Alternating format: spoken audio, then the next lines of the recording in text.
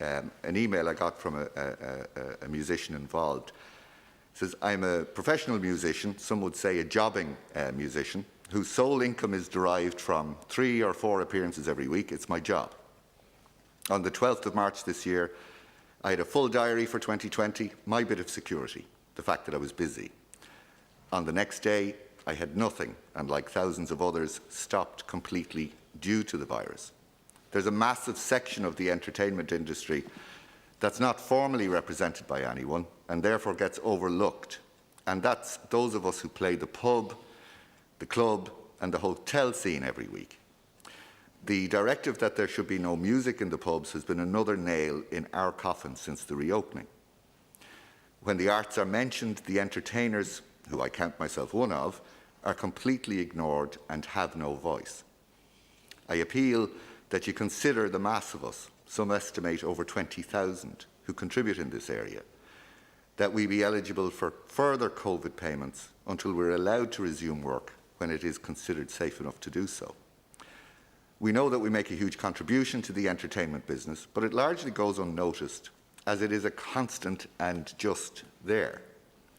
And at the moment, many people are seeking extended help, allied to what we as musicians do.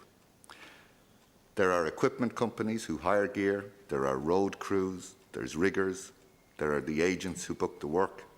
My agent has done nothing, just like me, since the beginning of March. This is and continues to be devastating, with currently no end in sight. I would therefore please ask you to consider that if music is your sole source of income, and clearly this gentleman's is, to keep the COVID payment in place until we're allowed to operate again. And so I'd ask the witnesses if they could comment on that. If I can just pick up the first point, your point, Deputy, with regards to chauffeurs and the convention centre, etc. Business tourism is a really important part of the overall tourism economy in Ireland. 750 million euros a year is the value of the business tourism that Fáilte Ireland, working with the Business Tourism Working Group, brings into the economy. And this is through a combination of conferences, corporate meetings, incentive trips, etc. And that is the lifeblood of the chauffeur business, and an awful lot of both self-employed and small and medium-sized businesses, as well as being really important to the large hotels, to the conference centres, etc.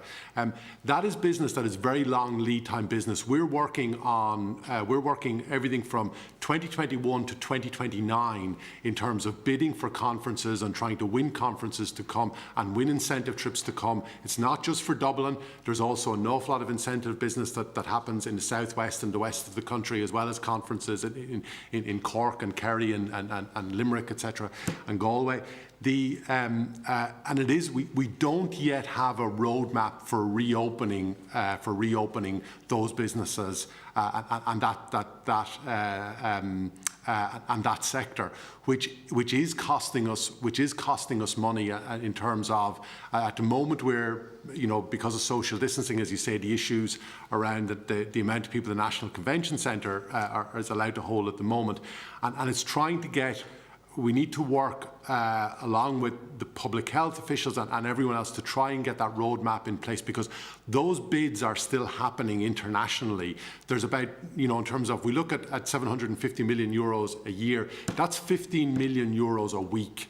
That is value that we're not getting because other countries are now bidding for those conferences, and we're not able to play because we don't yet have the roadmap around that. So that's something that we do need to get to as a matter of urgency, so that we can have that future pipeline of business come in. So I think that's really important.